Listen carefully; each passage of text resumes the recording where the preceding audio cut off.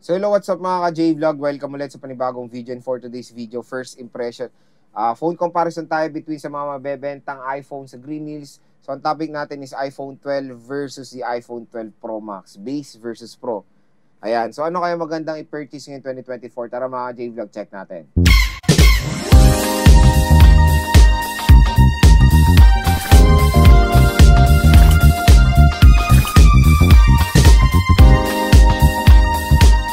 So another phone comparison na naman tayo, at this time phone comparison tayo between sa iPhone 12 and 12 Pro Max.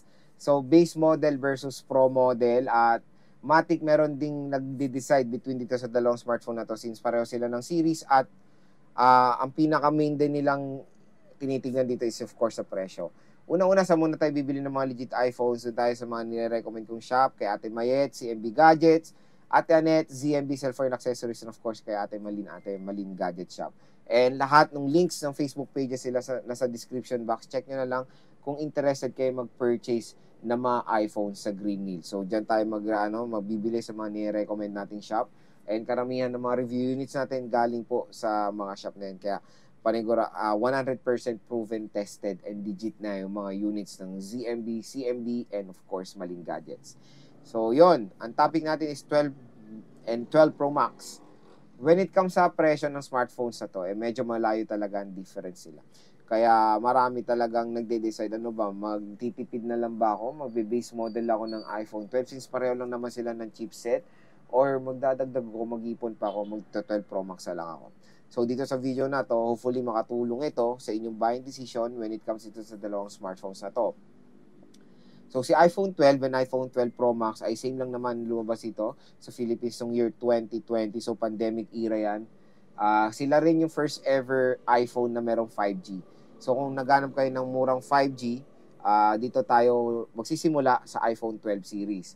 Tapos sila rin yung iPhone na redesign, complete redesign sa predecessor.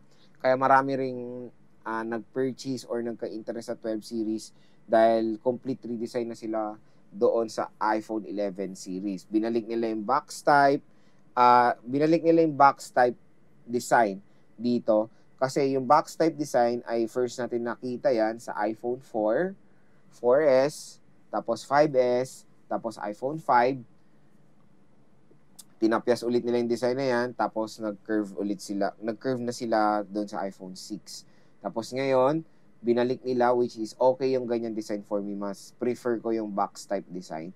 Mas comfortable siyang hawakan, kumbaga. So, when it comes sa presyo muna, iPhone 12, 64GB, makakuha kayo niyan for as low as 15K 15.5, mga ganyan. 15.5, 64GB.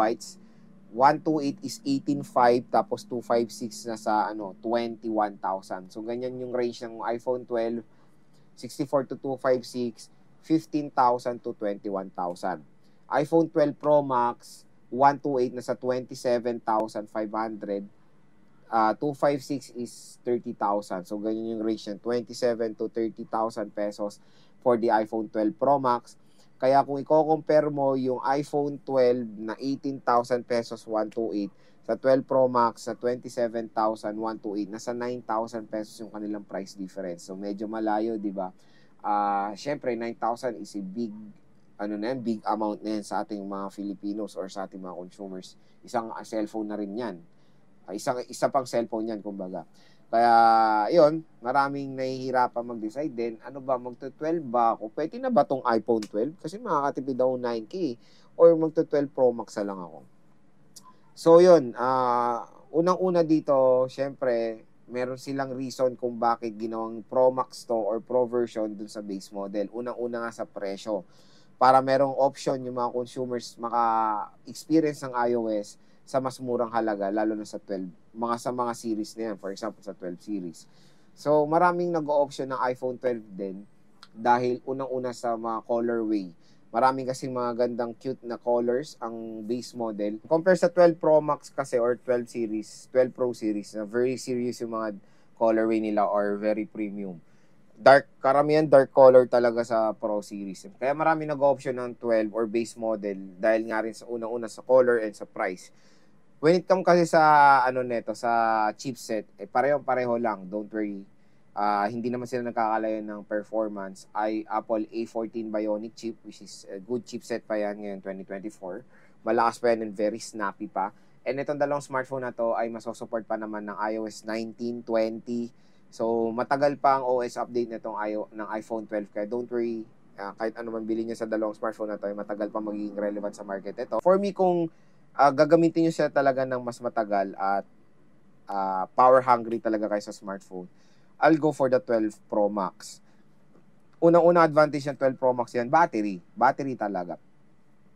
Pag bibili kayo ng iPhone 12, expect nyo na mas mabilis siya malobat. Yung battery lang kasi ng iPhone 12, isa sa 2.8 lang yan. Maliit lang ang battery capacity ng iPhone 12. And marami na rin ako nakikita sa comment section na naiinis sila sa battery ng iPhone 12 kasi mas mabilis nga malobat. Expect nyo na yan, ganyan lang kalit ang battery capacity niyan. Kaya when it comes sa battery, syempre panalo-panalo ang 12 Pro Max dyan. Di hamak na malayo battery capacity niyan sa 12 Pro Max. At pangalawa dun yung screen size. So unang-una rin itong iPhone na to na lumaki yung screen, 6.7 inches compared sa 11 Pro Max na 6.5. Camera rin ang isang advantage ng 12 Pro Max. Triple rear camera system with LiDAR scanner pa siya. At syempre yung build quality niya mas maganda, stainless steel design. So mas premium looking, pro performance talaga ang bibigay sa inyo ng 12 Pro Max. For me, sa kanyang presyo or yung kanilang range na 9,000 pesos, ako mag-optional ako talaga sa 12 Pro Max compare sa iPhone 12. Kung habol ko talaga is performance, yun nga, mas may enjoy ko yung camera, mas okay rin ako sa mas malaking screen size and of course yung battery. Pero hindi ko naman sinasabing pangit yung iPhone 12. Maganda yung iPhone 12 dahil nagagamit na rin ako niyan. Iba kasing consumers mas piniprefer yung smaller form factor, which is meron dyan sa iPhone 12. Maganda rin siyang hawakan, very portable and very lightweight. Maganda rin ang camera ng iPhone 12, solid din yan. Yun lang talaga ang pinakahatak dito sa 12 is yung battery. Battery lang talaga pinaka main problem ng iPhone 12 dahil napakaliit. Sinasabi ng iba, maliit. Oo, maliit naman pero optimize naman yan eh. Optimize po talaga yan. Even today, nung lumabas to or fresh to sa market, super optimized siya. Matagal talaga malobat yung 2.8 na yan. So, sa iOS, so compatible siya. Pero ngayon, syempre, iOS 18 na 4 years na itong na-update, alam nyo naman, every year ay may nadadagdag na mga features ang iOS na kumakain din or nagre-require ng battery consumption. Na which is doon ngayon na apektuhan ng battery performance ng iPhone 12. Syempre, nung year 2020, wala pa naman yung mga bagong updates ng iOS na yan na nakikita natin ngayon sa iPhone 12 natin pag in-update natin sa iOS 18. So, expect nyo na mabilis talaga siyang malobat compare nung bagong labas siya sa market. So, ito yung side-by-side comparison ng iPhone 12 at iPhone 12 Pro Max. So, base versus Pro model. At syempre, tingnan nyo, napakalayo ng kanilang size difference. So, si iPhone 12 ay merong 6.1 inches compare sa iPhone 12 Pro Max na merong 6.7 inches. So, malayo rin ang build quality dahil stainless steel versus aluminum body. And pareho rin naman glass, pero dito sa iPhone 12 is glossy glass compare sa 12 Pro Max na matte glass siya. And tingnan nyo yung camera system, syempre magkaiba rin sila. Merong trademark ang 12 at meron din trademark ang 12 Pro Max. So makikita nyo sa 12 Pro Max ay meron tayong LiDAR scanner, triple rear camera system. Ang wala pong camera dito sa iPhone 12 na is yung telephoto lens. Kasi dito sa iPhone 12 is 12 megapixel main and 12 megapixel ultra wide camera at wala siyang LiDAR scanner. Kaya yung ibang consumers mas prefer din yung smaller iPhone for more portability. At syempre mga smartphone, meron din mga consumers na gusto yung malalaking screen size for more large or for more large viewing experience or mas magandang viewing experience. So syempre when it comes sa screen size, totally different. Ayan ang 6.1 and 6.7 inches. Same na notch display. Same din na Super Retina XDR OLED display. Same din na 60 Hz refresh rate. So, sa iPhone 13 Pro kasi nag-start ang 60 Hz refresh rate. So, standard na 120 Hz. So, standard na 60 Hz dito sa iPhone 12 Pro Max din. Ayan yung difference sila when it comes sa screen size. Diba, ang layo? So, let's check yung camera. Sa camera, ayan. Pareho na meron 0.5 for more, sa ultra-wide camera. Siyempre, si 12 Pro Max ay meron 2.5 zoom for the telephoto lens and 12 times digital zoom. Sa iPhone 12 is hanggang 5 times digital zoom lang tayo. Sa video naman, same lang sila na merong support sa 4K video res up to 60 FPS. Ayan, 64K. Same na same. Slow motion. Same din na merong slow-mo and time-lapse. When it comes sa portrait, ayan, same din na merong portrait mode. Pero sa iPhone 12 Pro Max, pwede natin magamit yung telephoto niya for the portrait mode. Panorama, same din na pwede rin natin magamit ang telephoto lens ng iPhone 12 Pro Max.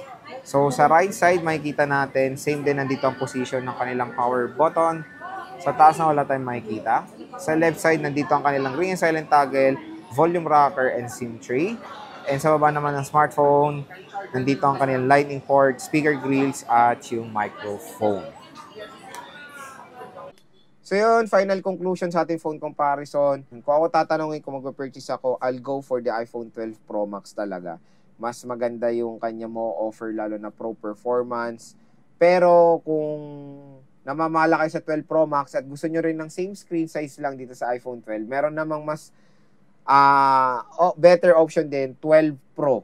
6.1 inches, mas mura rin siya. Yung 128 nun is 21,000 pesos lang. So, 18,000 sa iPhone 12. 3,000 pesos price difference lang mga ka-J-Vlog. For me, kung namamalang kayo masyado sa 12 Pro Max, as gusto nyo ng pro performance, meron pang isang option, go for the iPhone 12 Pro. So, yun, ang ating phone comparison. Hopefully, nakatulong ito sa inyong buying decision when it comes sa 12 Pro and 12 Pro Max, sa 12 and 12 Pro Max. And again, doon lang tayo bibili sa mga nire-recommend kong shop. Kay Ate Mayet, CMB Gadgets, ZMB Cellphone Accessories, and of course, Balin Gadget Shop. Yung mga links ng Facebook pages sila sa description box. Check nyo na yan. Sabihin nyo lang napanood nyo dito sa ating vlog. Bibigyan kayo agad ora-orada ng discount ng mga shops.